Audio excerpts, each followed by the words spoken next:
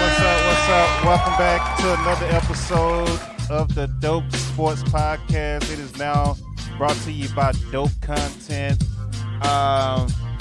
It's brought to you by DopeContent.com, brought to you by HBO as well, HBO Max.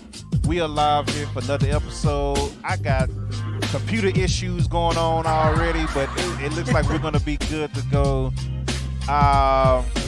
We got a lot to talk about. NFL, NBA, Draymond Green punching Jordan Poole in the face. Bruh. And then Jordan Poole returning to practice and balling out in the preseason after Draymond decided to take a leave of absence from the team.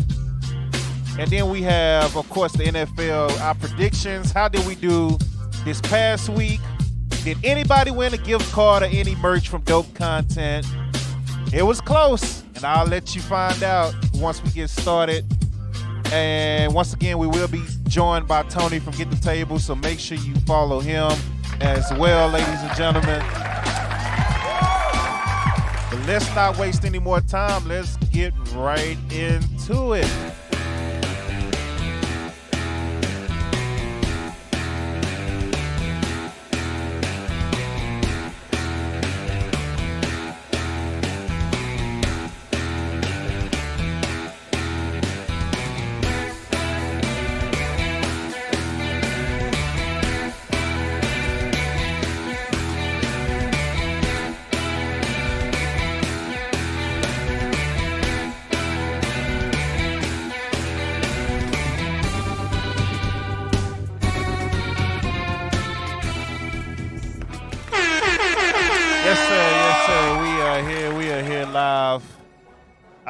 Once again, Dope Sports Podcast brought to you by Dope Content and HBO Max. We have none other than Tony from Get the Tables on the screen, ladies and gentlemen. Good morning. I appreciate him joining me yet again, man. This is always dope getting to talk to one of the best streamers out here on the platform, man. It always helps me out as well, so I definitely appreciate it. Makes it a little easier for me to have somebody to talk to versus me rambling by myself. Yeah, definitely. But I don't know what's going on with my Xbox right now. It just refused to connect with my controller so I could put my YouTube chat on my other screen. But hey, it is what it is. It just refused to connect. I don't know why. But thank you guys for joining Know the Game. If you're here, shout out to everybody watching on YouTube and Twitch.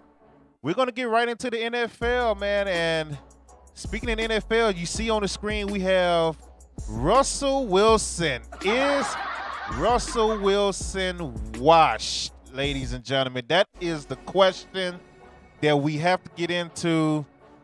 And while we're doing that, let's go ahead and start off with the first game of week 5, which is the Colts versus the Broncos.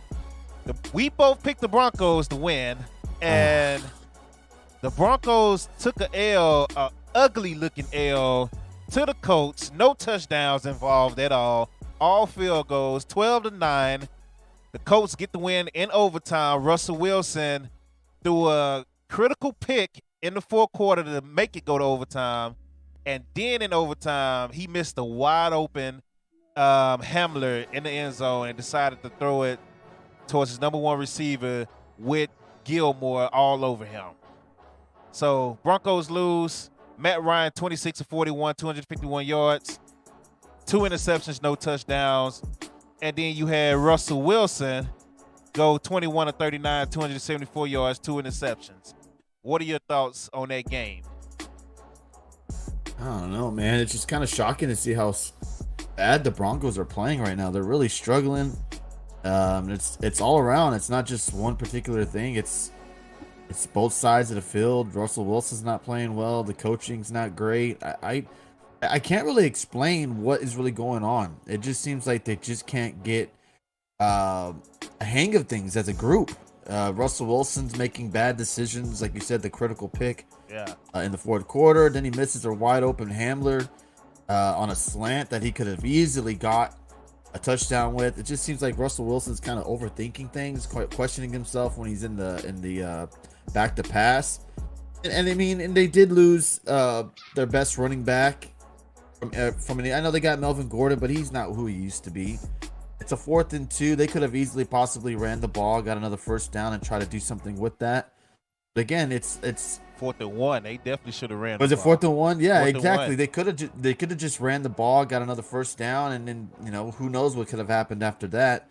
It just seems like they're overthinking things, and it's really coming down to Russell Wilson making some bad throws, bad decisions, and you can see they're frustrated. Hamler he throws down his helmet in frustration after he gets missed on that wide open pass. It's just things are not going good for Denver right now, and they're struggling, and they're in a really tough division as well. Raiders are struggling as well. They're 1-4, but you got the Chargers up there. You got the Chiefs, who are playing unbelievable right now.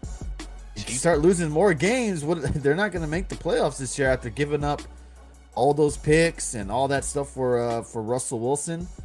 It's not looking good in Denver right now. I know people are saying maybe they should fire their head coach, which I think that would be a little bit of an overreaction if they did that right now. Give the guy at least a year, see what happens. But it's not looking good right now. And both sides, I mean, defense, I guess you could say, is playing pretty well. Held the Colts to 10 points, I believe.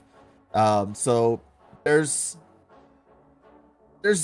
positives, but there's a lot of negatives with the Denver Broncos right now.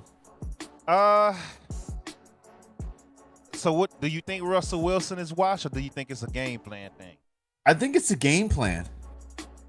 I think I just feel like they're not utilizing Russell the way they should, and it's really affecting them. You can tell it's affecting him, and I feel like maybe they need to do another sit down and try to figure things out and see what they can do to better the ball club. Maybe they can make a trade to get another running back in there. But I don't think he's washed up. I think that's a little bit over the top, but I do feel like it was 12 points. I'm sorry. But I do feel like he's struggling big time to where you can think that maybe he's beginning to get over that washed up era of Russell Wilson. Yeah. So the thing about that question is last year, I should say, near the end of the year, he wasn't looking too hot. Right. And so I understand Seattle got a lot for him, and it's looking like the smart move right now. But you don't just give up a franchise quarterback, if you feel like he's still got it in him. So especially when he's been to 2 Super Bowls, you don't just trade no franchise quarterback. He might be a little washed, man. Some of the things he's doing, it was one play where he just threw the ball. He was getting rushed, and he just closed his eyes and threw the ball down the field. I believe it was I think this was the 4th quarter, too. He was either the 3rd or 4th quarter, where he just threw the ball down the field right into the Colts player. There was nobody from the Broncos over there. It's just like, what are you doing? Like, what are you seeing? And then the whole misread with Kenny Hamler running up the middle with the slant, he didn't even look. Like, he did what Drew Bledsoe used to do before Drew Bledsoe got benched. And as soon as he say hut, he's telling everybody who he's throwing to, because he didn't look no other plays outside of Cortland Sutherland. Kenny Hamlin was right there, wide open in his face. He never turned his head. Mr. Boggs on YouTube and Twitch. What's up, man? Appreciate you watching. D-Well, what's good, man? And if I missed anybody, much love to y'all. Appreciate y'all watching. It's just how he's playing. I don't like what I'm seeing at all. Like, he's not scrambling anymore. Yeah. Like, he's not getting out the pocket anymore. And it's not him missing passes. It's just his thought process at some of these passes. It's like, what are you looking at? What are you doing? So yeah, it's just not the Russell Wilson we're used to seeing. And then it seems like he's having maybe trust issues with some of these wide receivers. It seems like he has no problem throwing to Sutton or Judy. But he second guesses himself when he's trying to, once, Hamler's wide open. There's no excuse for him to miss that. Right. And he probably saw him open, but he didn't trust him. He probably didn't think he'd catch the ball and hold on to it. I don't think he saw and it. I would hope he didn't look. He didn't look You at know all. how them quarterbacks are. They got those crazy eyes where they can just look around the field without us noticing. But you might be right. Maybe he just didn't even look his way at all. Again, that's showing he has no trust in Hamler to maybe even get open. Something's up. You know, in Seattle, he really threw to only two particular guys in Lockett and Metcalf. Seems like that's what's happening in Denver, where he's only targeting two guys, which is Sutton and Judy. So something's got to change. I'm not sure who they played this week. I haven't looked it up to see who they played this week. Maybe they can get back on the on the right track. Yeah. With the offense, because the defense is, like you said, it's probably the only positive for the Denver Broncos right now. They're playing all right. It's the offense that is not. Good. Yeah, the offense is the struggling part, and they're looking really, really bad. Oh, they play Monday Night Football, I think, on this week, which is great. Denver back on primetime, where they've seemed to struggle. I don't know, man. It just seems like we thought this was going to be a great fit for Russell Wilson going to Denver, and the weapons he was going to get surrounded by him may have been a mistake in the long run. Yeah, it's gonna hurt Denver if this don't work out, because they gave up money, all these draft picks, Noah Fant, your starting tight end, and other players. If this don't work, man, it's gonna be bad for Denver for a while, because they can't just get out of that contract. So it's gonna be bad for a while in Denver. We'll see what happens. The worst part of it is that they gave up a first-round pick to Seattle, and they suck. Yeah. It benefits Seattle, not Denver. Geno Smith is outplaying Russell Wilson right now. Who would have thought, man? That's just hilarious to me that this is happening. All these Bronco fans was coming at me all season, especially after they beat us in preseason. The Cowboys were like, see, we're a Super Bowl team. Y'all suck, this and that. I was like, first of all, it's preseason. Second, stop. Like, you haven't even seen anybody play yet, because none of the starters played in that preseason game. That was literally the first preseason game, and they just arrogant. So now I was actually pulling for Denver, but once the American fans started coming, I was like, I'm good on them. So hey, now I'll just sit back and laugh at Russell Wilson being watched while Sierra is doing TikToks and Instagram dancing videos on social media on the sidelines. So that's just what it is. But let's keep it moving to the rest of the NFL. Mr. Boss said, what's going on with the Raiders? Hey, man, the Raiders are the Raiders. That's what's going on with the Raiders. They are the Raiders. They shouldn't even been up by that much against the Chiefs, but we'll get into that. Going around the rest of the NFL, we had the New York Giants versus the Green Bay Packers in London. Giants are now 4-1 after taking out the Packers 27-22. Daniel Jones, 21 of 27, 217 yards, no touchdowns, but no interceptions as well. Aaron Rodgers, 25 of 39, 222 yards, 2 touchdowns. Saquon Barkley, 70 yards on the ground, 1 touchdown. Aaron Jones, 13 carries, 63 yards, 0 touchdowns.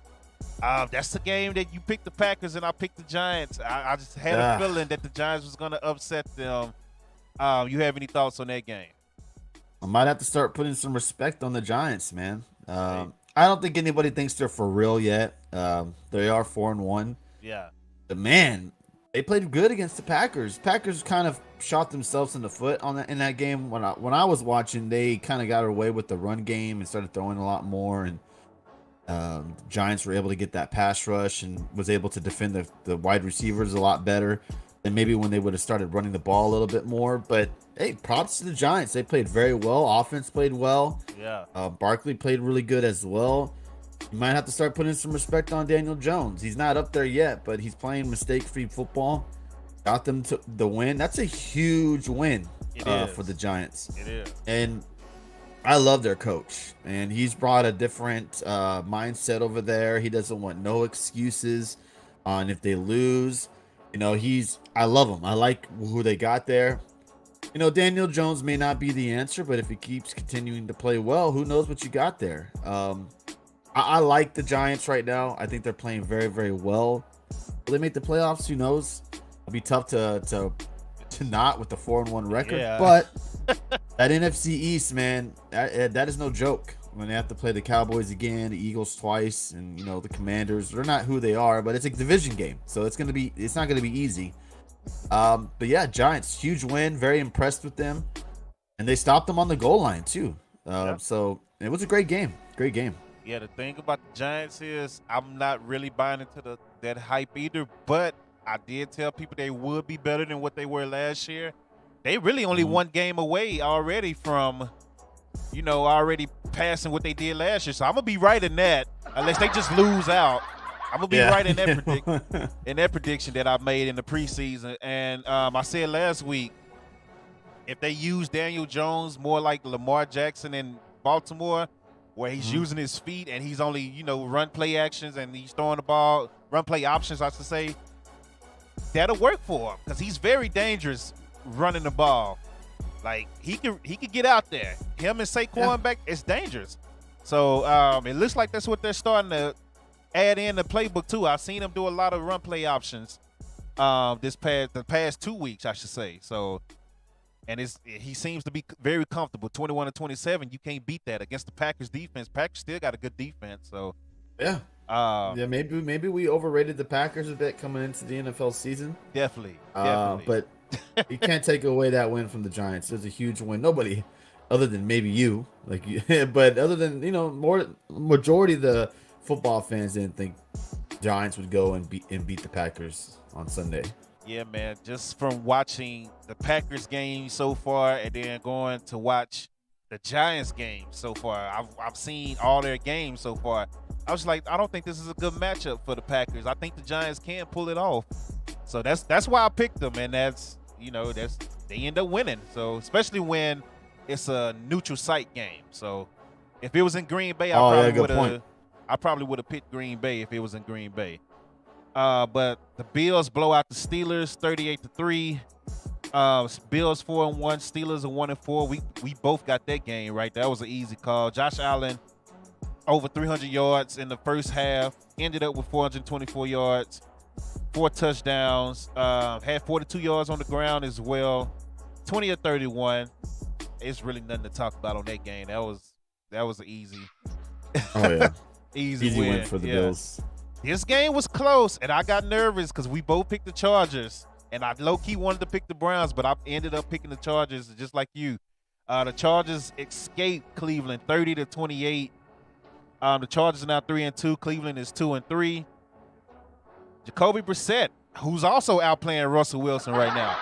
21-34, 230 yards, 1 touchdown. Austin Eckler, 173 on the ground, 1 touchdown. Mike Williams, 134 yards. Any thoughts on that game?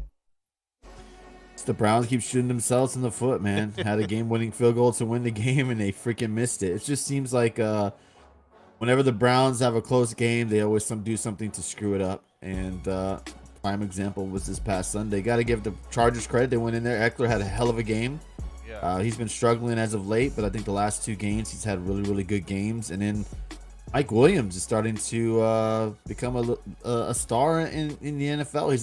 He's not really talked about in LA because of Keenan Allen and all the other weapons that the Chargers have. But I mean, Mike Williams, my goodness, he is a monster back there. And if they can keep him, who knows what the Chargers can be, in the next couple of years.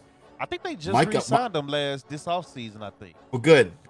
I'm glad because he deserves the money. He deserves to be getting the recognition that he gets. Because Keenan Allen, look, a great player, but is very injury prone. 2 years in a row he's gone down with an injury that's kept him out for a couple of weeks. Yeah. Who knows when he's coming back this season? But Mike Williams is showing them that hey, we may not need Keenan Allen. Just surround me with a couple of more weapons around here. We might be all right without him.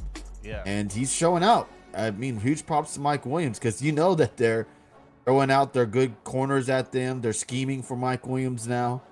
And he's still showing out 124 yards. I mean, that's pretty good. 34 yards. Look at that. That's no slouch numbers right there. Yeah, so you got to give him credit. 10 catches. So yeah, I think Mike Williams has low-key been the number 1 receiver the last 2 years anyway.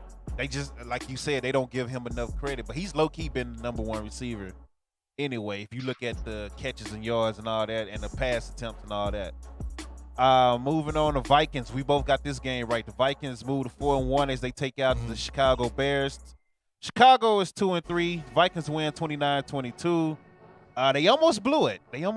But they end up holding on. Dalvin Cook, 94 yards, 2 touchdowns. Kirk Cousins, 32 for 41, 296 yards, 1 touchdown. Justin Jefferson, 184 yards. I'm sorry, 154 yards. I don't know why that one showed so blurry on that. 12 catches, 154 yards. So for all my fantasy people, if you played the offense of the Vikings, you got a big win this week. You're happy. You got a big win this week. Any thoughts on that game, or you want to keep it going? Other than that, I want to believe in the Vikings, but then when you struggle against the Bears, it's kind of hard. Yeah. But yeah, the Vikings played good. Cousins had a good game. Jefferson again showing out. The Vikings have all the weapons to become to be a really good team and to be a problem right in the NFC. But it just seems like they struggle against the teams that they should beat easily. Right. Moving on. The team that I said I was gonna be out on, and I still picked them. I am completely out on them now for good. Detroit Lions, get out of here. I'm done. I'm done. I'm not picking them no more this year. Man. Detroit, we both picked them, by the way. Lost to the Patriots 29-0. 29-0. Patriots are now 2-3. Lions are 1-4. And I went against my gut instinct because I remember saying, well, y'all know around week 5 is when Bill Belichick started figuring his team out. Yeah. And I still end up picking the Lions like an idiot. But Jared Goff, 19 for 35, 229 yards, 1 interception. Jacoby Myers for the Patriots, 7 catches, 111 yards, 1 touchdown. Stevenson had 25 carries, 161 yards. Any thoughts on the Patriots-Lions game, or do you want to keep it going? I mean, there's not really much to say other than the Patriots had a well-rounded game on both sides of the field, defensively and offensively. Lions just did not show up. They shit the bed. Honestly, they were just horrible on Sunday. So yeah, disappointed both of us. Like you said, we both picked them because they're the number one offense in the league, and they scored 0 points. That's horrible. Mr. Boss had question any more reports about Tua? Nope, not yet. No, nothing. I haven't seen anything. The Saints. This was a close one. You picked the Seahawks. I picked the Saints on this one. Saints escape 39-32. Very good game. Both teams are now 2-3 over the Seattle Seahawks. Geno Smith, 16-25, 268 yards, 3 touchdowns. Taysom Hill, 9 carries, 112 yards, Goodness 3 gracious. touchdowns. Taysom Hill is it's crazy what this man is doing. Tyler Lockett had 104 yards, 2 touchdowns. Very good game, good back and forth game. This game could have decided who would have won our battle between the predictions. Oh, really? It's a good thing the Saints won. So shout out to the Saints. Any thoughts on that game? It's just a crazy game. Like looking at these stats, Lockett, 5 receptions over 100 yards, 2 touchdowns. Metcalf had a good game. Yeah. It came down to just a stop at the end of the game, pretty much. And Taysom Hill, man, they need. I hate the Saints. I'm not a big Saints guy, obviously, because they're the Bucs rival. But I mean, he scares me because you could put him in so many different options on that team, and he can succeed. And not only did he score touchdowns, he caused a fumble and recovered it. It's like, man, what can this guy not do? And if they figure out a way to use him and utilize him a lot more, the Saints could be a little bit of a scary team. But again, they're playing the Seahawks. They're not good at all. But yeah, good win for the Saints, who got stuff from Alvin Kamara, 6 receptions, 91 yards, for 100 yards rushing. So did Taysom Hill. I mean, golly, if you're a fantasy guy, you were loving what you were getting from Kamara and Taysom Hill. Yeah, here come Rob with all the capping. Get out of here, bro. Yeah. He came in just in time for his little whack Saints. They finally got a win. They better have, Rob. Yeah, and definitely against the Seahawks. Come Yeah, on. get out of here. The prediction you got right, I got wrong. Jets destroy the Dolphins. How about them Jets, man? I like the Jets, man. I play with them a lot on Madden.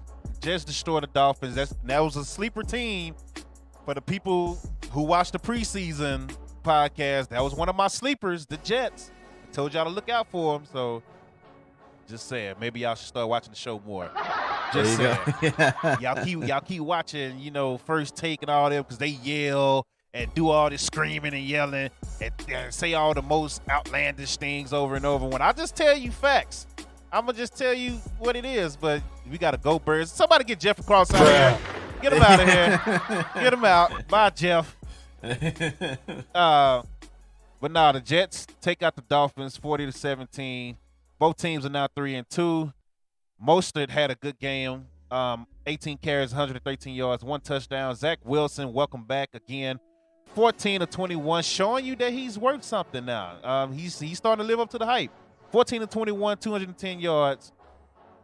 Breece Hall had 2 catches for 100 yards. How? How? Now, look, I understand the offense not being that good in Miami because your starting quarterback is out. But for your defense to look that bad, that was shocking to me. I didn't expect that defense to ever look that bad. So it is what it is on that. You got any thoughts on that game or you want to keep going?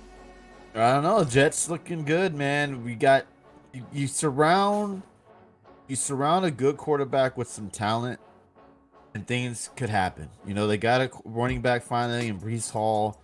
The receivers, it's hit or miss. You got Corey Davis back there, but you got someone that Zach Wilson could depend on in the running game, and it can lead to play action passes. It could lead to guys getting open. Yeah. Anything can happen.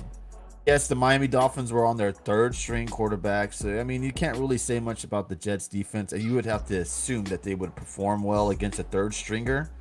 But again, nice, yeah, Jets are looking good. I don't want to become one of those guys and say, oh, they're gonna make the playoffs. They're gonna be the up and coming AFC East team, but they're gonna give people trouble each game, and they're gonna be a team. They're no joke like they used to be. They used to be the laughing stock of the league. Right. Oh, we played the Jets this year, ha ha ha. But I feel like if they keep on playing well, you never know what can happen, and let's see if they can keep it up.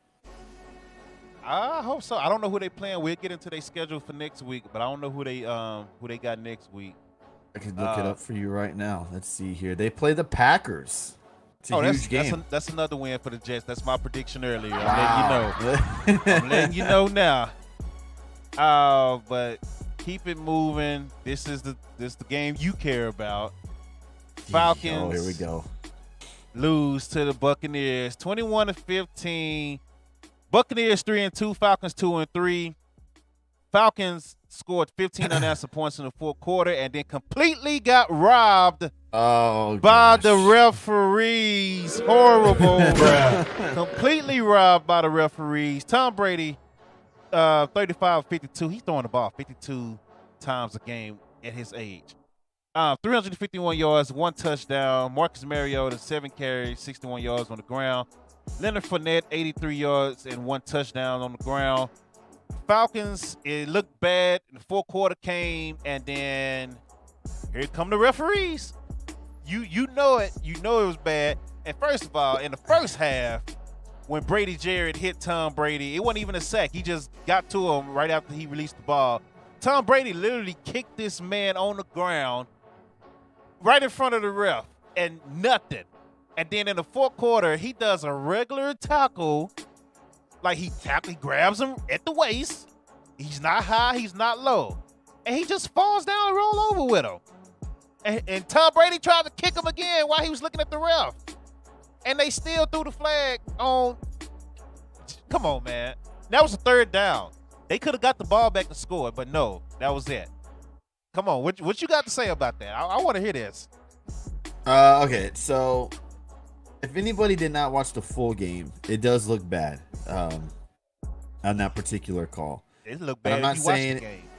and I'm not saying it was a bad. I'm not saying it was the right call because it wasn't. What is Grady supposed to do in that situation? The only thing I'll say is this: that game, it was horribly officiated. If you watch the full game, which people may not have, the refs were calling bad calls all game. There was a particular roughing the passer called on the Bucks. That was a bad call. The Vita Vea got shoved into the quarterback, and the quarterback fell, and they called roughing the passer. There was defensive pass interferences that weren't called as well. The play before that, there was a defensive pass interference call that wasn't called. There was holdings that were missed. It was just bad officiating in general. Now, do I think that in a situation where you see a quarterback go down like that in real time, did you throw a flag? Probably so. I think it's different from when we're watching it at home and they show us like 75 different angles, and then when you have a referee watching it in front of them. Now, do I think they should have said, "Hey, let's huddle up and talk about this"? Right. Absolutely. Why they don't do that in the first place kind of dumbfounds me. They should huddle up and say, "Did you see this? Did you see this? What do you guys think?" type of deal. Because if maybe one ref saw it the other way or the other ref saw it the other way, it's obviously an overreaction to what happened to Tua, because it was a similar like throwdown to where Tua got thrown down. I still think it was a bad call. I think definitely Brady got the benefit of the doubt of being Brady. But to say that Brady would be the only one that would get that call, I think is a little bit silly. I think in NFL, all stars get certain calls. It's just like the NBA, just like every other sport. I just don't understand why Brady's getting the slack of it. Yeah, he did his little kickoff to get he got a history. Brady off. That's why. and there is a history of him bickering at the refs, but he didn't bicker at the refs this time. All he did was go up to the ref and ask what the penalty was. And you can read the ref's mind. He said roughing the passer. Yeah, after he was on the ground looking like, why you ain't throw the flag, ref? No, you saw it. I mean, and then he tried to kick him again. Jay Cross, I'm with you. I'm not making excuses. I'm here to say that it was a horrible call. I just feel like to say Brady would be the only one to get that call is a bit silly, in my opinion. I could be wrong. You know, I would think, look at David Carr last night. I mean, that was BS too. That was a BS call. They lost. They lost. And if they won last night, do you think that play is talked about a little bit more? I think so. Raiders lost, so that call is just kind of imaginarily on. No one's talking about it today. All they're talking about is Devontae Adams shoving a camera guy. So it's like, don't walk in front of me when you lose. Choose what they want to talk about. And again, who knows even if the Bucks were to punt the ball away, is it 110% for sure the Falcons were going to go down and score? They had the momentum. The momentum was on their side, absolutely. But do we know for a fact that they would have gone down and scored? We do not. The game, it didn't cost them the game, in my opinion. Kinda. Because if the Falcons were winning by less than a field goal and that got them into field goal range and that won them the game, I could see more of an outrage. But I feel like it's all a if possibility at this point. If they got the ball, we don't know if they would have scored. They could have, but we don't know 100% for sure, because they would have been pinned deep down in the red zone. Who knows what could have happened then? But yes, it was a bad call. Yes, they need to reevaluate these roughing the passer calls, but you can blame the Tua situation. The Tua situation got referees overthinking now and throwing flags because they don't want to get slack or someone getting hurt. That's exactly what's happening. But they was never getting slack. But even when Tua got hurt in Cincinnati, they wasn't getting slack. I agree with you. That was a regular tackle. It just so happened this man already had a concussion. So exactly. That's Miami's fault. Right. But and the thing too is Those same refs that did the game against the Bucks and Falcons, did the Bills and Bills and Ravens game the week before, and there was another controversial roughing the passer call against Josh Allen. So these refs are just not having good games. Yeah. They should be reprimanded. They should be, maybe they definitely won't be on any playoff games for sure. But I'm just saying that it was a bad call. But I can see why in real time you may call that call, just because of the way that he tackled him. That's all. Because again, we're the benefit of replays and camera angles, and how we could see that Brady put his arm out and how he didn't hit his head on the ground and all this stuff. It was definitely a bad call, though. They should have. They got the benefit of replays as well, though. Yeah, but they don't. They don't, though. They used to be able to huddle. How often do we ever see refs like huddle up and then take away the flag? It's very, very often. It happens, but it doesn't happen very often. On plays like roughing the passer when it's blatant, where it's like 50-50 and you don't know for sure, why don't they huddle up and be like, hey, what's going on here? Did you see something different? Do you think that was roughing the passer? And they don't. They just go up and call it. Like, did they huddle around when Carr got tackled last night for roughing the passer? They should have. They didn't, though. So they need to figure something out there. That but yes, to be bad an call. added rule. That needs to be an added rule. You need to huddle up. Throw the flag if you feel like it, but just like pass interference, y'all need to be able to go to the replay and huddle up and say, hey, was this really a pass interference or not? So, yeah, I totally agree with you. And like Jeff said, the way he tackled him is called football. It was. It was absolutely a football play. Like, again, what is Grady supposed to do? And he did everything the right way. He landed on top of him, and he didn't throw him down with force. So it shouldn't have been called. Wasn't too happy about that play. I was like, boy, they really changed the game with them. That's cool. Buccaneers 3-2, the first place in their division. Falcons 2-3. The Titans take out the Commanders 21-17. Derrick Henry has 102 yards, 2 touchdowns. Brown, the wide receiver for Washington, had 2 catches, 108 yards, 2 touchdowns. So that's crazy. 2 catches, 108 yards, 2 touchdowns. So if you're playing fantasy, you might want to look into these guys. You should know Derrick Henry already. Carson Wentz had 2 touchdowns, 359 yards. We won't really go into that game. There's nothing really to talk about there. Did you see the comments Ron Rivera made yesterday? No. Well, they asked him, like, why is other teams in the division having so much success and you're not? Oh. And he said quarterback. Wow. Wow. Well, how do you feel like being like Carson Wentz, like in that situation where basically he's just throwing him under the bus like that?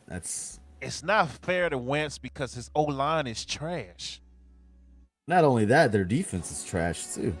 And Ron Rivera is a defensive coach, and their defense is just as bad. So putting the blame all on Wentz is a bit of a cop-out. Yeah, it is. In my opinion.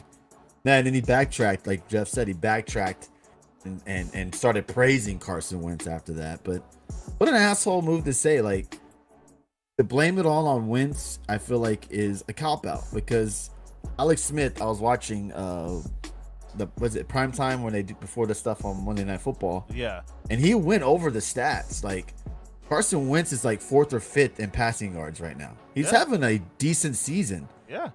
Their defense is what's failing them. And his O-line, like, he's getting sacked more than anybody outside of Joe Burrow. Yeah. So to blame it all on Wentz is a cop-out and was such a horrible move to make. But yeah, that's all I wanted to say about that. And then Terry McLaurin is not – he's hit or miss. He could go off one game and get shut down by Diggs again, like he did. So, or any good cornerback that I've seen him go against, he's really been disappearing against all the good cornerbacks. So it's not even just Diggs. But yeah, Commanders 1-4. They're pretty much done. I think Carson Wentz and the coach Rivera are both out at the end of the season. I want to feel bad for Carson Wentz, but then I always remember the time where everybody was like, Carson Wentz is better than Dak. And I was like, you're stupid. So, especially when you consider head-to-head, Dak only lost one game, or maybe two now. I got to go back and look at it. But it was like 1 or 2 games head-to-head versus Wentz from Philly all the way to now. Dak has clowned this guy. But everybody loves the shit on Dak, but we'll get into that.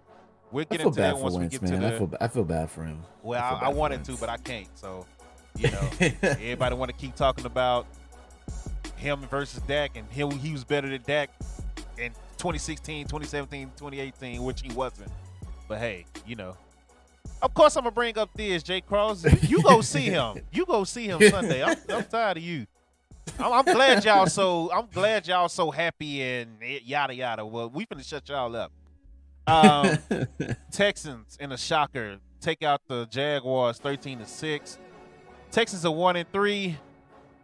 Jaguars are 2-3. I'm sorry, Texans are 1-3-1. I forgot about that tie. Oh yeah. Jaguars are 2-3. Trevor Lawrence 25-47, 2 interceptions. Marvin Jones 104 yards, no touchdowns. It's really nothing to talk about on this game. Let's keep it moving. Besides Jaguars. Only thing I want to say about that game is we probably saw possibly the run of the year in that game by Dameon Pierce. It was kind of Marshawn Lynch-like. Everyone should go check it out on Twitter. I'm sure it's there. That man is going to become a problem soon. That Texans found a gem in the draft with him. Yeah. And, Dameon Pierce is a monster. 99 yards, 1 touchdown for Dameon Pierce. Moving on. 49ers take out the Panthers 37-15. 49ers 3-2. Panthers 1-4. They just fired Matt Rule. Get him up out of here. Probably rightfully so, honestly, man. Oh, he should have been fired a long time ago, man. He's no NFL coach. I don't really follow the college game too intensely to really know his background. But everyone says, hey, he's a better college coach than NFL coach. And I don't see what he does differently to cause such an effect on what he does in the NFL. Yeah. I don't know what he does in college that works and it doesn't work in the NFL. But he's just his game planning and the way he uses certain players is just horrible. Like Matt Caffrey's underutilized.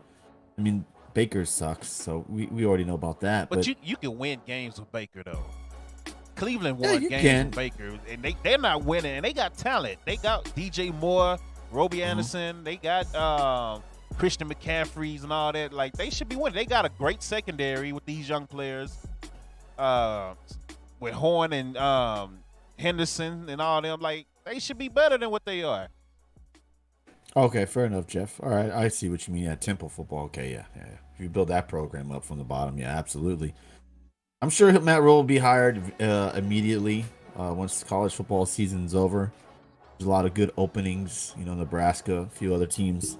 I'm sure that he'll get picked up pretty quickly. But man, it's a fire sale now in Carolina. They're trying to get rid of everyone. DJ Moore is getting calls. McCaffrey, Robbie Anderson. It's going to be a total rebuild over there in Carolina.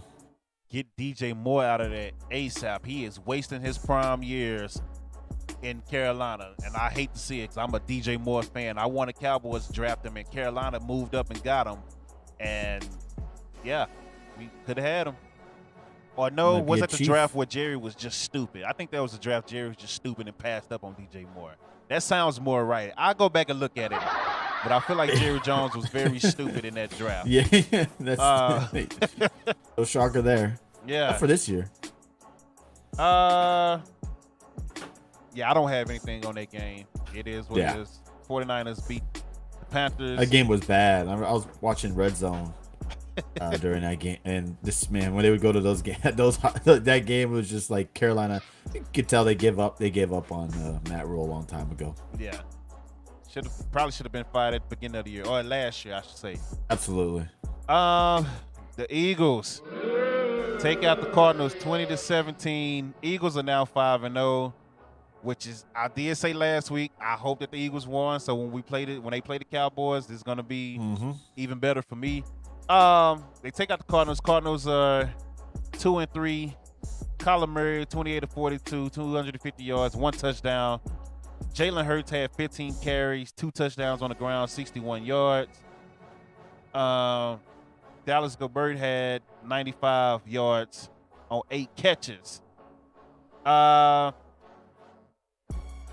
This game was kind of meh. It was good. It was a good defensive game. Let's say that. I ain't gonna say meh because it was way more entertaining than the Colts and Broncos. But this was a very good defensive game between these two teams. I'm just not. Eagles 5-0, but it's like, man, you barely getting here with this 5-0. You barely beat the Lions. You're escaping the Cardinals, who's decent. Like, you dominated the Vikings. That was great.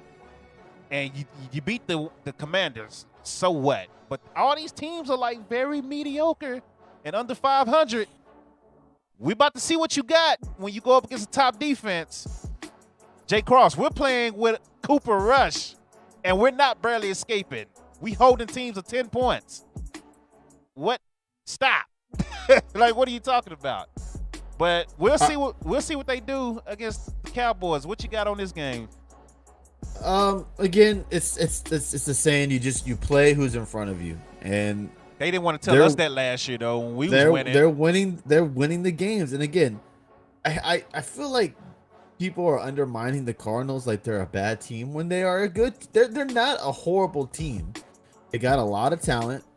They're just not playing up to their expectations, just like a lot of teams are right now. What's that? It was on the road too, and you got to give the Eagles some credit. Yes, they could have tied it and could have gone to overtime, and who knows what could have happened then. But you have to give the Eagles some credit. 5-0 is not easy. Are they playing some cupcakes along the way? Yeah, they played the Commanders and the Jags, the Lions, and the Jags. We thought highly of the Jags going into the Eagles game, and the Eagles put them down to earth. Lions again, yeah, they're not that great of a team either, but they did beat the Vikings pretty handily, and we're seeing that the Vikings are a pretty good team. And again, in the Cardinals, they're no slouch. They made the playoffs last year. Again, they didn't perform well in the playoffs, but they made the playoffs last year. So I see what you mean. As a Cowboys fan, you always want to find reasons to put down the team that is doing quote unquote better than your team. I've done it for years. I'm just trying to with the Saints. I'm just trying to calm down the Eagles fans right now. They did us like that last year. Well, I mean, again, it's a divisional rival. Of course, they're gonna crap on you guys every chance they can get. They're gonna find reasons why their Cowboys record is not as good, or why they're not playing up to their potential. And you got to give the Eagles some credit. 5-0, they're playing really well. This is definitely one of the game of the weeks coming up, because we got Bills and Chiefs as well. It's going to be a hell of a game, and I'm very excited for it because Cowboys are playing well. Offensively, not so much. Nope. Their defense is stepping up, though. Their defense is scary. You got to at least admit that. Eagles, their offense is scary as well. That adding AJ Brown to that team was such a huge pickup for the Eagles. It's not being talked about enough. That pickup totally changed this team, and it's not being talked about enough. I'm glad Hurts is getting credit, and he's getting a lot more praise now as a quarterback. Yep. Picking up Brown changed that offense, because now it opens up Goddard more. It opens up Devontae Smith more. It's got the running game playing a little bit better because they got to worry about AJ Brown. And it's got Fields going and playing better as well. So a huge pickup was AJ Brown. The Eagles will get their true test this Sunday night against a top 5 defense in the league. And we'll see what happens. I think it's in Dallas too, am I not mistaken? No, it's in Philly. It's in Philly? Yeah. Okay.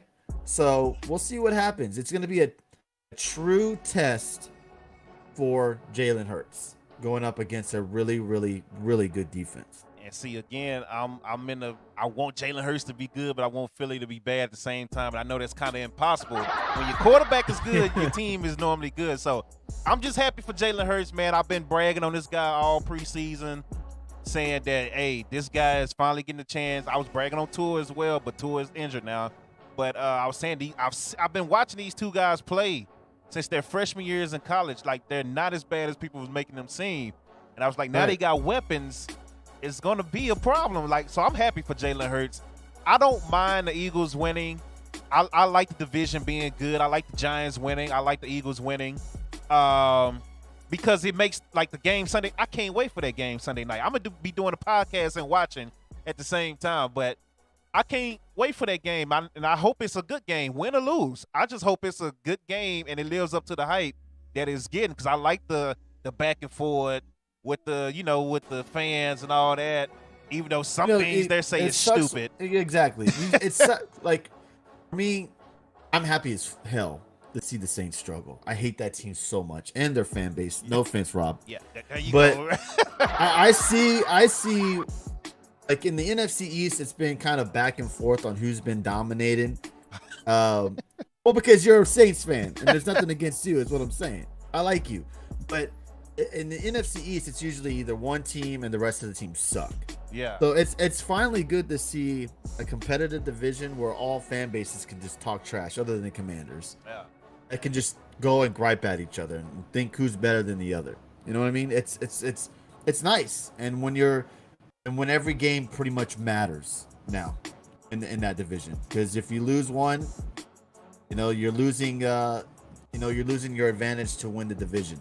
Yeah. So it's definitely it's good to see a division actually doing well for a change. It's been a while. You say I would say Giants or Fries.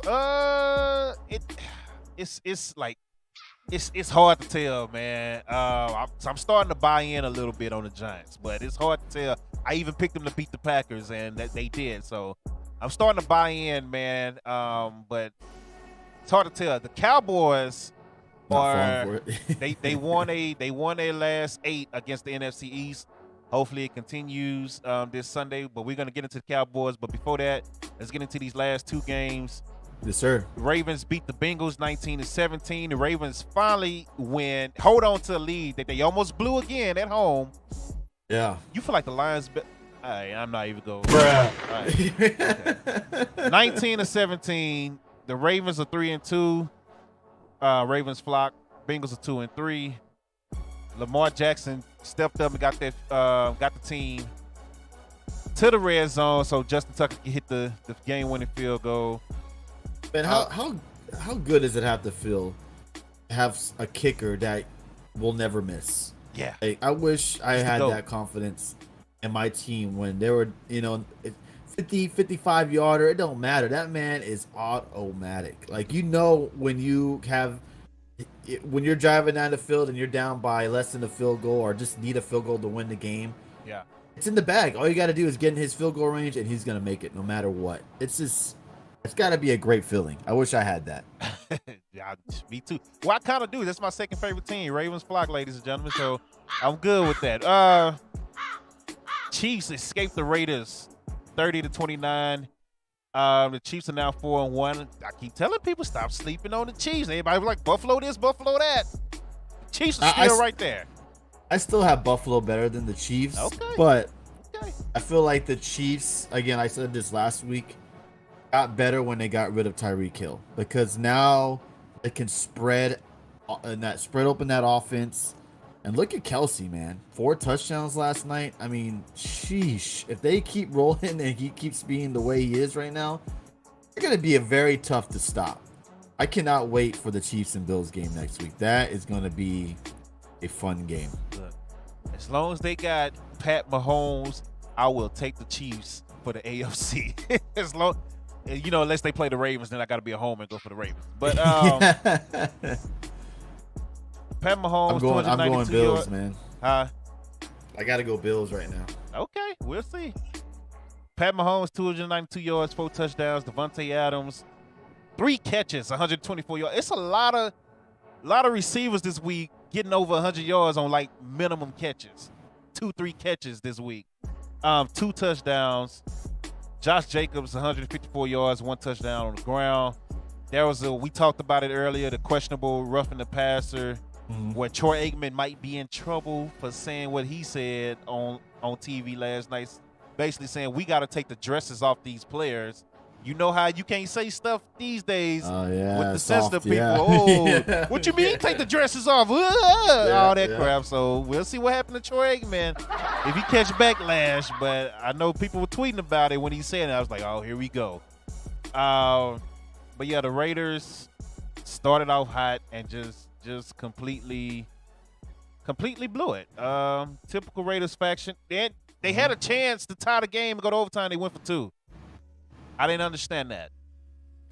Yeah, me neither. I don't get that. Did they really truly trust their defense got the stop for them to get another chance, but did they really truly think that up by 1 that it was going to make such a difference? I don't really understand that at all.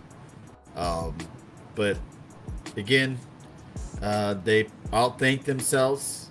Josh McDaniels is this offensive genius. So maybe he thought, oh, we did this, we do that, we'll get another shot. I felt like it was a dumb call. Yeah. Just take the point, tie it up, see what you can do. Imagine if it's 30-30, they stop the Chiefs again. All they need is a damn field goal. Yeah. And just have to run the ball and take their time. Again, they all thank themselves on that one. I would love. Did he get asked why he went for 2? And I'm curious to know what his answer was. Stupid. Because that was just stupid. a dumb call. Yeah, I'm stupid. That's what his answer is. Oh no, I was dumb. That's his answer. Because that's the only thing that makes sense. With Jeffrey Cross, that their Jeff's D is going to be their downfall. Because again, the Chiefs can't just go out and outscore everyone every game. They could. They're gonna play a defense that is pretty top notch, and they can't just keep outscoring their opponents to win games. And that's basically what they're doing. Their defense is trash. Hey, it really is. We'll see. Let's keep it moving. Let's get to the main event for me. Cowboys taking out. Let's go. Taking out LA 22-10 in LA. Note the headline of the video and on the screen right now. Cowboys defense put on a show in LA. Not the offense. Defense, special teams. They defeat the Rams 22-10. Cooper Rush 10-16, 102 yards. Matthew Stafford threw the ball 42 times, 28 completions, 308 yards, 1 touchdown, 1 interception. Cowboys defense started off hot, getting a sack fumble that was returned by Tank Lawrence for a touchdown. Next possession, they get a block punt, give Cooper Rush the ball right on the 25-yard line, and he couldn't score a touchdown. But he's better than Dak. But anyway, let's see. Running game. This is what I said last week. And I picked the Rams because I didn't think the running game was gonna really get off like that. But I said if the Cowboys can run the ball, they will win the game. But that was a big if going up against Aaron Donald, Bobby Wagner, Jalen Ramsey, and all of them, right? Tony Pollard, 86 yards, 1 touchdown. Zeke Elliott, 78 yards. 163 yards rushing as a team. I don't know why Zeke had the ball 22 times when Pollard only got the ball 8 times, when Pollard was clearly having a field day with that defense. That didn't make sense to me at all, but it is what it is. They got the win. Michael Parsons pulled his groin, but he came back in the game limping and all. They just put him in on 3rd downs just to rush. He told Coach, I can't run around in coverage and, all that, but I can rush the passer. He ended up coming in getting 2 big sacks after pulling his groin. And called game with his last sack. You Cowboys fans, understand that Cooper Rush did not. All I saw on my Facebook, dude, yet again, I'm mad I got to say this shit every week. All I saw on my Facebook, Cooper Rush need to start. Cooper Rush need to keep starting. Don't ever bring Dak back. Don't ever bring Dak back. I'm going to buy a Cooper Rush jersey. Cooper Rush this, Cooper Rush that. I'm like, what the hell are you watching? 102 yards the whole game, no touchdowns, after the defense put you in multiple great field position, and you couldn't score? But Cooper Rush is They didn't say nothing about the defense. They just Cooper Rush this, Cooper Rush that. Jay Cross said he's 5-0. Though. I don't care. Defense helped him beat the Vikings. He did make a good drive on that one. Defense shut down the Cincinnati Bengals. Defense shut down the Giants. Defense shut down Washington. like, stop, man. You know what I'm saying? Like, the offense is not scoring. We're holding teams to 10 and 15 points a game. And the offense is barely escaping with 17 to 22 points a game. Like, come on, man. If Dak is playing, no. Come on, bruh. Right. Any thoughts on the seeing game? Rush's stat line, 10 for 16, 102 yards. You know how Dak would be getting crushed right now? Yeah. If he had that stat line. And I know it's because of how much he's getting paid.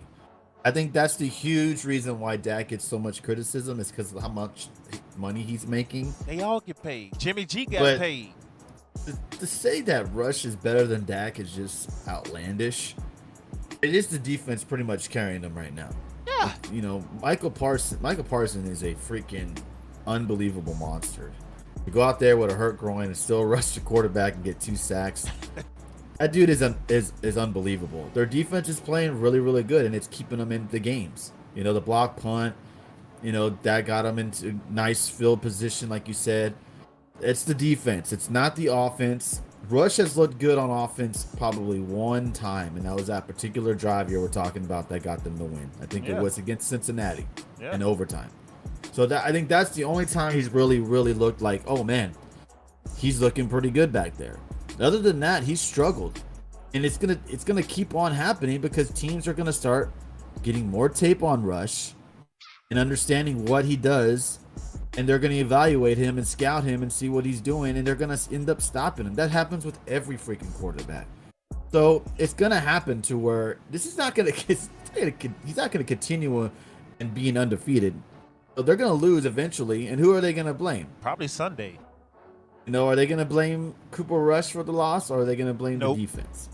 So it's going to be interesting to see what they do on Sunday against the Eagles, because I'm assuming Rush is still going to play, and it won't be Dak. Yeah, he should. So I'm very curious to see what the play, what kind of plays they do with Rush, with that defense the Eagles have.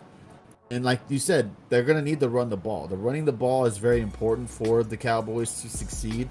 They finally had a good game in the running side of the field, the running side of the things on offense. Let's see what they do against the Eagles, and if that continues. Because, look, I have CeeDee Lamb on my fantasy team, so I need CeeDee Lamb to give me some points. And it's not happening because of Cooper Rush is just throwing him things and dunks all game. So, Dak's out there. I'm a little bit more confident in the Cowboys going up against the Eagles. But seeing that it's Cooper Rush, I don't know, man. I feel like they get brought down to earth a little bit this Sunday night. I think this game is going to be very low scoring because it's going to have to be a defensive battle for us, because if he can't throw for 102 yards, no touchdowns against the Eagles and expect to win in Philly. Like, that's not happening. I think Jalen Hurts gets maybe one rushing. The thing that makes me nervous about this game with Philly is their D-line versus Cooper Rush, because, you know, if we can't run the ball, we're not winning. Just like I said against the Rams, we can't run the ball, we're not winning. And the Eagles' D-line is more dangerous than the Rams' D-line, in my opinion. Right.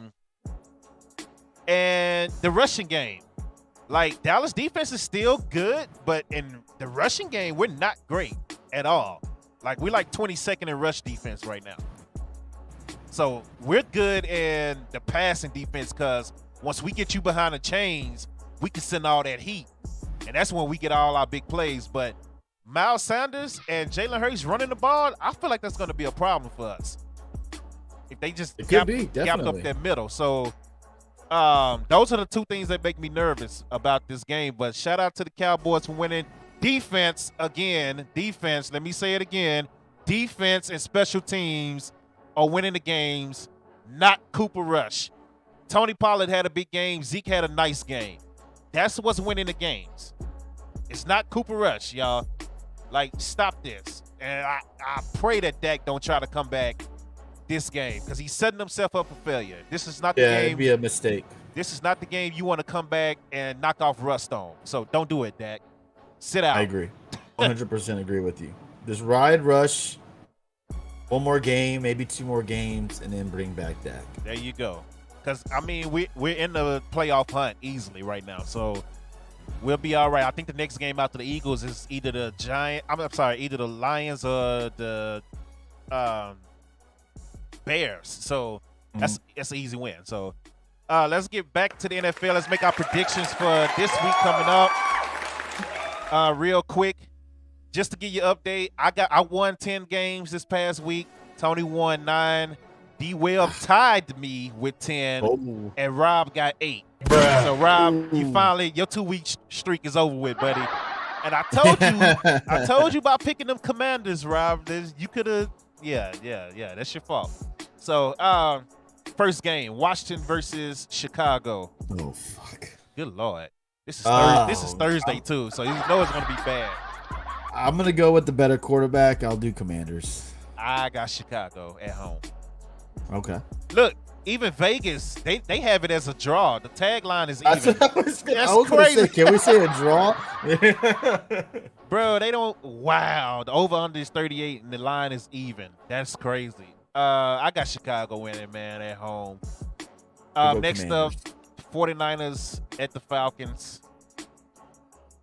I'm gonna go Niners, even though Falcons are better than a 2-3 team. I'm gonna go 49ers though. I think I'm gonna take the 49ers too. Oh, I want, once again, for the people who don't know, you have to, in order to win a gift card or merch, you have to out-predict me and Tony, and you have to leave your predictions on the YouTube page. I don't care if you're watching live and predicting live here. You still got to go to the YouTube page and leave it there. That's the only way you get locked in. All right? Just throwing it out there, people. I had some people inbox me, why I didn't get it? Because you didn't put it on YouTube. You put it on Twitch. I'm not going back and watching the Twitch replay to read the comments for your stuff. Put it on YouTube where I could just click on it and, hey, there we go. Just, hey, you don't listen, your fault. You saving me money. That's all I'm going to say. I got the 49ers too. Patriots at Cleveland. I'm going to go Cleveland. Cleveland is favored by 3. But again, we talked about it last week. The Patriots, Bill Belichick figures out his team around week 5. They look good against Detroit. You said you going Cleveland? Yes, sir. Cleveland. Man, that's tough. I'm not gonna buy the hype on the Patriots yet. I'll take Cleveland too. Okay. See? Jets versus Packers. Oh. I got the Jets. I'm gonna go Packers because it's at home. All right. That's gonna be a big game right there. So I'll be looking at that. I'm gonna keep my eyes on that game. Yeah, I got Packers at home. Okay. Jags at the Colts. Oh boy. I'm gonna go Colts. I think the Jags are starting to go down. Are starting to become the Jags we all thought they were gonna be. I love Doug Peterson. That team is really underachieving because I know a lot of people thought they were gonna be a lot better because with all the talent they got. Yeah. I'm gonna go Colts. It's an Indy too. I'm gonna go Colts. Colts are favored by 2. I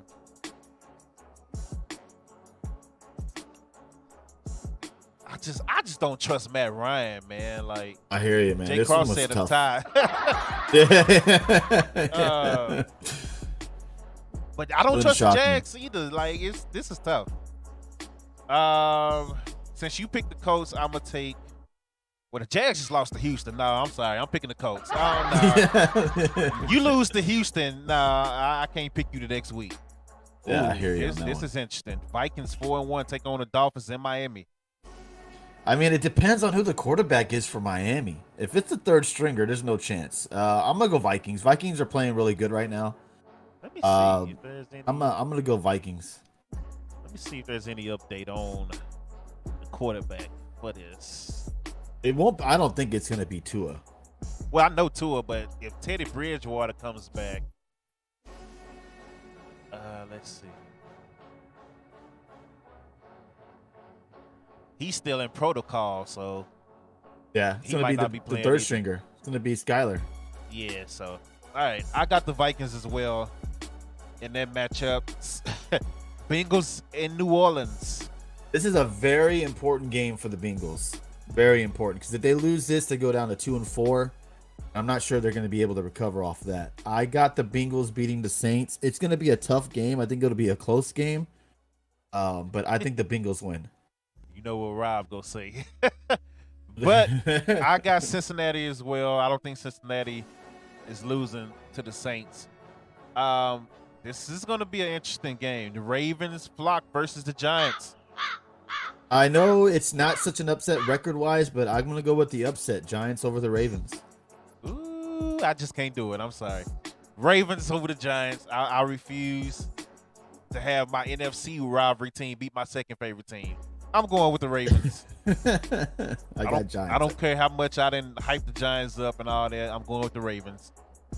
Steelers this is easy. Buccaneers at Pittsburgh. Buccaneers lose this. It's pathetic. I'm gonna go Bucks. They better not lose this game. Yeah, they're favored by 8 points, so I'm going with Tampa Bay as well. I mean, Steelers are pretty much done. Mike Tomlin's first losing season is coming. Yep, absolutely. Which is kind of surprising. This is his first ever. That's Yeah. crazy. Carolina at LA. Oh God, LA by a mile. I mean, they're gonna blow them out. This game will be over by the mid-first quarter. Damn. They're favored by 10.5 in Vegas. They also don't have Baker either. Panthers won't have Baker, which is not much, a downgrade. But Baker ain't playing. Oh, I mean, okay. Well, they neck and neck as far as quarterbacks. So I'll take the Rams though. The Rams Why aren't they playing Sam Darnold? Are they completely giving up on that man? I don't know. They're playing They're playing PJ Walker. I have no idea. I have no idea. I can't understand it. I don't know what the hell they doing in Carolina. Even with the coach being fired and they still doing this. I don't know. So, but I'm taking the Rams. Injured maybe, but I don't know. There's you would think he would be the guy that'd be the backup. Yeah, I don't remember him getting hurt. This is the first week of buys, Rob. Yes, Texans are on the bye. I forgot. There's the Lions are on bye. There's a couple of teams on bye this week. Yeah, they should be. I got the Rams. Cardinals at Seattle. Both teams are 2-3. Oh man, this one's kind of tough. I kind of want to say Seattle because it's at home and they've been playing well. I'm gonna go Cards. I'm gonna take Seattle. Cardinals. I'm gonna take Seattle on that one. Oh, he is injured. Okay. All right. I didn't know that. Gotcha. Cool. Bills versus Chiefs. Oh man, this is gonna be a hell. I cannot wait for this game. I mean, we got a co-main event and a main event. The Bills, Chiefs, and the Cowboys, Eagles. I'm gonna go Bills. Bills are favored by 3 points. I'm going with Kansas City. I'm surprised they're favored seeing Kansas City's at home. Rob said Bills by 13. All right. Damn. Okay. Both teams are 4-1. I'm going with the Chiefs. Okay. Monday night, Broncos at the Chargers. Oh Lord. I'm gonna go Chargers. Because I think they are better than that 3-2 record. I'm gonna go Chargers. Every time I hype the Chargers up, they let me down, man. But I'm gonna go with the Chargers as well. I don't trust the Broncos at all right now. Oh. And right now, Justin Herbert is better than Russell Wilson. So I'm going with the Chargers. And then the main event, Cowboys at Eagles. Ladies and gentlemen. Let's go. I'm going to go Eagles. I think Eagles win. I think the Eagles win. I think it's going to be a very close game. And it's going to come down to Cooper Rush. And I think the Eagles win. If it comes down to Cooper Rush, we're done. Eagles are favored by 5. See, this is the thing. When I picked, I didn't trust the Cowboys this week, and they ended up winning. And that almost cost me a free gift card to one of y'all. So, I mean, you really got to think about it. Do you feel like this is going to be a high-scoring game, or do you think it's going to be a close game to where it's not going to be high-scoring? Rush might have the ball last minute and have to drive them downfield? It's not gonna be high scoring. Now, Dak not coming back. They just talking right now, and he shouldn't come back, even if he can throw. Don't come back this week, cause it's like I feel like the Cowboys will win. Cause me being a Dak fan, I gotta deal with that crap again. Oh, Cooper Rush, one more week, and I feel like the Cowboys are messing around to win just for that. But I'm gonna be a homer. I'll go with Dallas. Or just imagine if Dak did come back and the Eagles win, how much backlash Dak will get, saying, "Oh, well, if we would have had Cooper, Cowboys would have won." Right. Even if Dak throws for 350 yards, 3 touchdowns, and they lose, they'll be like, "Oh, it's Dak's fault." I know how it works. I think you save Dak till, I don't want to say cupcake team, but you save him for a cupcake team, like against the Lions or against a team that he's not going to get hit a lot. And with the Eagles, he's going to get hit a lot. So I would save Dak. Why rush him back? Like I don't get that. Like if you're Jerry Jones or if you're the McCarthy, why? If you're struggling, I could understand. Like let's bring him back. Let's see if he can light a fire. But you're winning games. So keep him around until Dak is fully healthy and is ready to come back. There's no need to rush this man. Yeah. I don't know why. Maybe because I think the Eagles, they gotta lose eventually. And the Cowboys, for whatever reason, man, the Cowboys just run through the NFC East. Like they just have a field day with the NFC East. Again, 8 straight wins. Yeah, we just been dominating the NFC East for a while, even when we're sorry. So, I'll take the Cowboys over the Eagles. That is our predictions for Week 6, ladies and gentlemen. Once again, last football note. The guy that got shoved by Davante Adams, it looks like he's going to be pressing charges. Of course he is. Of course he is. I would. Because he didn't do nothing. It looks like the league is looking into maybe suspending Davante Adams for 1 game. I don't know about all that. I would say fine him, give him a fine, but not suspend him for a game. So, like that's apparently that guy he shoved went to the hospital. Get out of here from that. Yeah, Man. Oh hell no! All right. Get out of here with that. Went to the hospital for that. Stop. Yeah, that's what I'm reading on. Davante Adams should file a counter police report against this reckless cameraman who obviously misjudged his entry into this busy intersection. I mean, he did walk in front of Davante Adams. Mean, I don't. You know, I'm not saying he should have shoved him, but it's not like he just looked at him and just shoved him. Right. They said the photographer who was shoved by Davante Adams following the Chiefs-Raiders game last night filed a police report after going to the hospital for treatment. Did it look like he shoved him super hard? Like, no. Looked like he just gave him a little bit of like a love tap type of deal. And he just flopped like he was Shawn Michaels taking on. He flopped like he's Shawn Michaels taking on Hulk Hogan at SummerSlam. That's what he did. He did. He flopped big time. So I mean, I don't know. Hey, that's stupid. That is so stupid. But let's move on to our last thing before we get up out of here. Once again, thank you for joining on YouTube and Twitch. Yes, sir.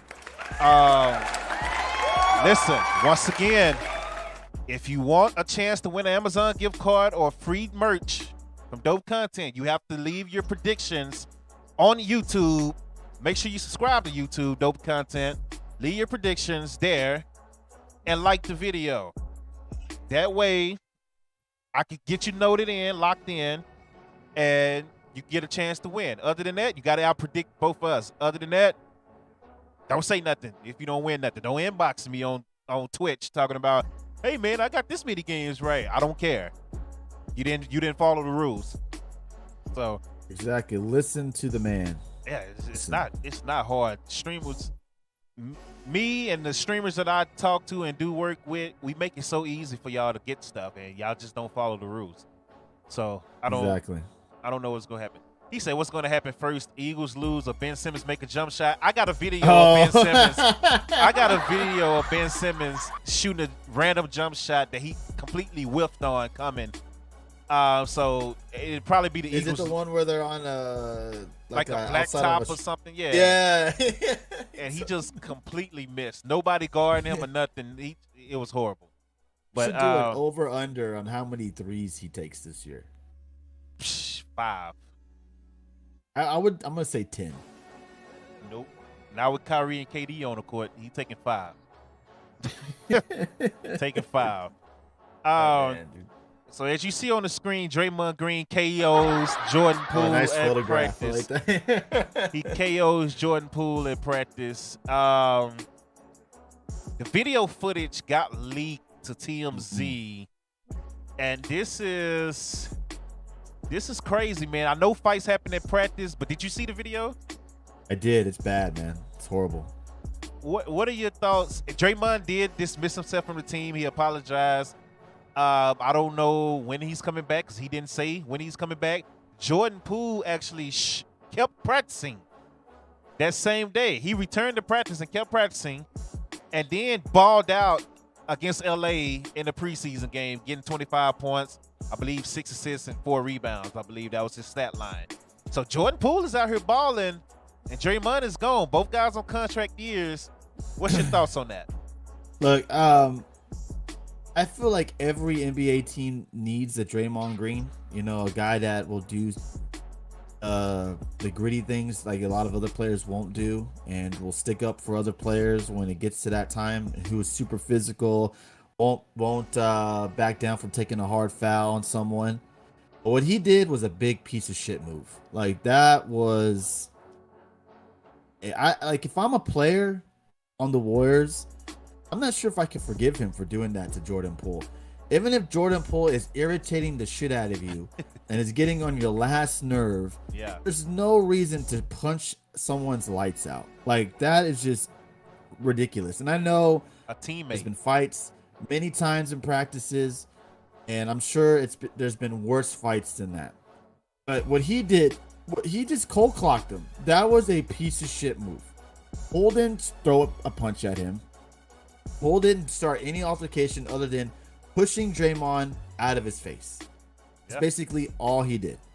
And for Draymond to overreact and knock him out like that is a piece of shit move. If I'm the Warriors, I'd keep him this year and let him go next year. He's gone. He doesn't do anything for your team. There's no reason to pay him next year. Keep Jordan Poole. Say bye-bye to Draymond. Because that was a real legit piece of shit move. My opinion. Hey, man, it's no way we could keep Draymond and Poole on the same team for a season, especially after video comes out. You know Jordan Poole is going to hear about it during games. When he's talking trash to other players, like, they're going to throw that in his face. And, like, that's going to mess with him when he's, it's no. Somebody got to go this year. I understand Draymond took a step back, but somebody got to go. He got to get traded. Yeah, they've been talking. I mean, imagine how many times he's going to be asked about their relationship and how are things going in the locker room with Draymond. And if he did that to any other player, imagine if he did that to Steph Curry. Draymond Green would be out of the league. Right. Like it doesn't make sense to me that it depends on who he's doing it to. I would suspend this guy. If I'm the Warriors organization, you suspend him. I would even maybe do it without pay. You had to throw some consequence on this guy because he thinks he's bigger than the team. And I'm not one of those guys that bash Draymond like a lot of people do and don't like him. I feel like he's a good role player, and he does the dirty things that a lot of NBA players don't want to do. Like, he doesn't score a lot. He just plays defense and is a scrappy player. But that to me was one of the biggest cheap shots you can do on a player. And I think he should be gone, like you said. Yeah, it was a lot of arguing on Twitter. People saying it's a cheap shot, dirty shot versus, Jordan Poole should have known better. My thing is, Draymond been trying to get street cred for a long time in the NBA. And he just used little 6'3", 6'4" Jordan Poole as the guy, Jordan Poole is not a fighter. Like, he's not a fighter. He's clearly not a fighter because it's no way I'm continuing practice after getting knocked out. And then once video come out, I'm out here just like, oh, yeah, let's play basketball. No, Draymond got to see me. Like, exactly. And like you said, he didn't. It would be different if Draymond went up into his face, which he did. Yeah. And Jordan Poole swung on him. He didn't. He just shoved him to get him out of his face, like any of us would have done. If someone's in our face like that, who knows what Draymond was yelling and saying to him? It's a reaction. You're gonna shove them out of your face, right? And then for him to just come in there and just cold clock him for no reason, that is a piece of shit move, like big time. Like I'd get him off my team. And the thing about it, in the NBA, a lot of people don't expect a full fight or a punch like that to be thrown, because anytime stuff like that happens, it's people rushing in to pull you apart real quick. And it's like the coaches went over there with them, but they didn't pull nobody apart. Yeah, they just kind of stood there. I think they felt like Draymond wasn't going to do that. I feel like they were going to be... I think they would have thought maybe Draymond would have came at him, but he just went up and just punched the man. Like, I don't think the coaches thought he was going to do that, even though, he's a hothead. I honestly feel like they thought he's a teammate. He's not going to go and punch him. Yeah, he's the leader of the team. Right. And Jordan Poole is a young, talented player that, surprisingly, hello, Draymond, you guys need. So, for you to do that and put all this relationship stuff on the line for you just to look cool and tough, right? I think that wasn't needed at all. Again, you get no street cred from me at all for that punch, Draymond. No. Because when you had your chance to get into it with LeBron, and when Tristan Thompson whooped your ass in that club a couple of years ago, you wasn't like that then. And Steven Adams got in your face. You was kicking him in the nuts. But Jordan Poole, little old Jordan Poole, getting your face. Well, you get in his face. He just push you off to get some space. You swing instantly like that. Nah, you're not getting no street cred for that, man. Like, nah, bruh. I know what he trying to do. He trying to, hey, I wear number 23 like Jordan. Jordan punched Steve Kerr in the face. Steve Kerr is in my practice. I'm going to punch this guy in the face and show I'm like Jordan. Nah. Exactly. Nah. Yeah. Nah. That was just, I agree with you. Totally ridiculous and not needed. And we'll see what happens during the season. That's going to be the interesting thing. Now, the relationship between him and other Warriors players start going downhill. Steph and Clay are two other guys who not confrontational, so they're not gonna say nothing to Draymond. Right. Draymond know this. Like, he's the only confrontational guy on the team. Maybe besides Iguodala. Iguodala get out there with you, but he stay in his lane. Ain't no way if I'm Jordan Poole, we're not gonna be on the same team for 82 games and a playoff series and all that. That's no way that's happening. That's not happening. So we'll see what happens with that. I think Draymond gets traded at the end of the day. So that's just my personal opinion. And with that said, the Mavericks will be in the NBA Finals. I just want y'all to know. Baby. The Mavericks will be in the NBA Finals. Let's go. I'm a Mavs hater, so it's gonna be fun doing NBA with you. Because the Mavs ain't making the finals. Come on now, bro. Be real. The Mavericks, you haven't been paying attention to. The Mavericks are going to be very dangerous this year. They're more dangerous than what they were last year. Because now we got big men that can score and shoot and wreck that paint. Like, hey, trust me on this. I'm telling you, I've been watching all their preseasons and scrimmages. They going to be nice. And the people you need to look for, the young guys, Josh Green and what's his name? Jaquan Hardy. I think his name's Jaquan. I said it right. Hardy and Green. Those two guys you can look for who are shocking me because I didn't think they had the ball handle skills. Well, Green didn't last year, but he does now. Hardy, I didn't think he was going to come in and be the good ball handler like he's been so far. Look out for those two guys, man. I'm telling you, coming off the bench to sit Luka and what's his name? Dinwiddie down. So when they take a break, we still gonna have some guys on the court that can run. And Christian Wood is about to show y'all something. That's all I'm gonna say. I agree with you guys with Christian Wood. That was a nice. He could spread the floor out. I agree with you on Christian Wood, but I mean, and Luka is Luka. They count a lot on Luka. Okay, so it's gonna change this year. We'll see what happens this year if it changes, because Luka was counted on a lot in that playoff series against Suns and against the Warriors and all that. So if they surrounded him with some talent. Christian Wood, I think, was a great pickup. I honestly do. But we'll see how it plays out in the season. Go Spurs, go! Get that number 1 pick, baby. Yeah, let's get that 7-footer. Hell yeah! The commissioner told the Spurs they better not tank.